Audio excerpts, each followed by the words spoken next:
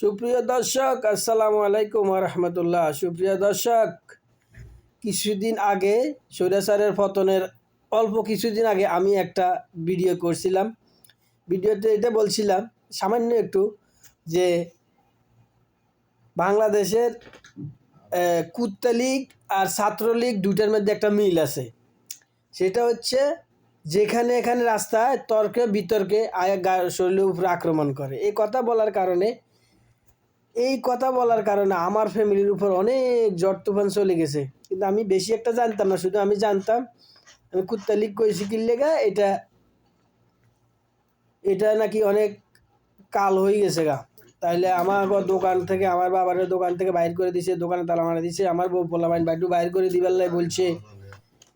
বহুত রকমের হামলা হয়ে গেছে গা। হয়ে যাওয়ার পরে শুধু এটা না, আমি তো সৌদি আরবে থাকি। তো সৌদি আরব থাকার পরে এখানেও আমার উপরে হামলা হয়েছে। তো বলতে পারেন এখানে হামলাটা করছে কি, আমি মদিনা থাকতাম। মদিনা ওইখানে একটা এই ইস্তেরা, আরবিদের ইস্তেরা, ওইখানে আরবিরা এসে আড্ডা দেয় আর কি, এটা মানে ইস্তেরা বলে। তো ওই ইস্তেরার পাশেই সামান্য একটু দূরে একটা মসজিদ ছিল, ধরেন না আধা কিলোমিটার হবে এরকম একটা মসজিদ ছিল।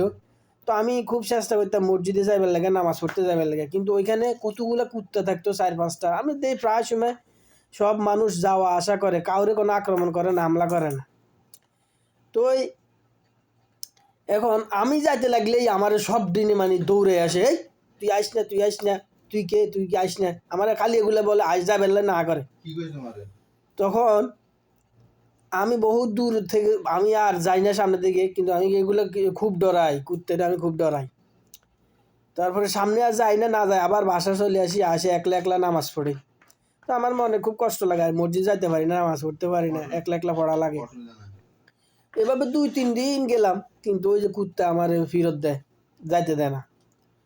তখন একদিন দূর চলে আসছি, অনেক দূরে আইসা ওইখান থেকে বললাম, কুত্তা সব মানুষ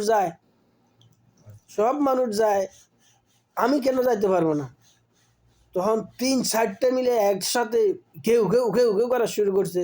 তার মানে ওরা এটাই বুঝাতে চাইতেছে যে আমি কি লেগা তাদেরকে ছাত্রলীগের সাথে তুলনা করলাম।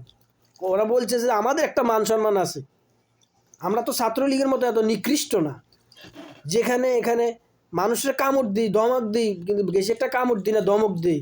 কিন্তু ছাত্রলীগ এত নিকৃষ্ট, এত জঘন্য, এত সন্ত্রাসী বাহিনী। ওরা রাত্রে বেলা হোক দিনের বেলা হোক, ওদের কারণে মায়ের পেটের সন্তানও নিরাপদ ছিল না। মায়ের পেটের সন্তান গুলি খেয়ে মারা গেছে। ওদের কারণে ভাইয়ের সামনে বোন নির্যাতিত হয়েছে, স্বামীর সামনে স্ত্রী নির্যাতিত হয়েছে। ওদের এত অত্যাচার ওরা জনগণের উপরে, বাংলাদেশ জনগণের উপরে করছে। এই কারণে কুত্তাও খেপা আমার উপরে যে আমি কেন তাদের সাথে ছাত্রলীগের সাথে তুলনা করলাম। ওরা বলছে আমরা কুত্তা, ঠিক আছে, আমাদের এটা আল্লাহ আমাদের কুত্তা বানায় পাঠাইছে, কিন্তু আমাদেরকে ছাত্রলীগের সাথে তুলনা করবে না। তো এর পরে আমি আর কি করবো, ওদেরকে সালাম দিয়ে ওইখান থেকে চলে আসছি। আমাকে আমার ভুল হয়ে গেছে।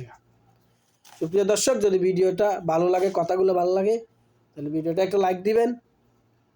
আর ভালো থাকবেন, সুখে থাকতে চেষ্টা করবেন, মানুষের পাশে থাকতে চেষ্টা করবেন। ওকে ভাই, আসসালামু আলাইকুম ওয়া রাহমাতুল্লাহ।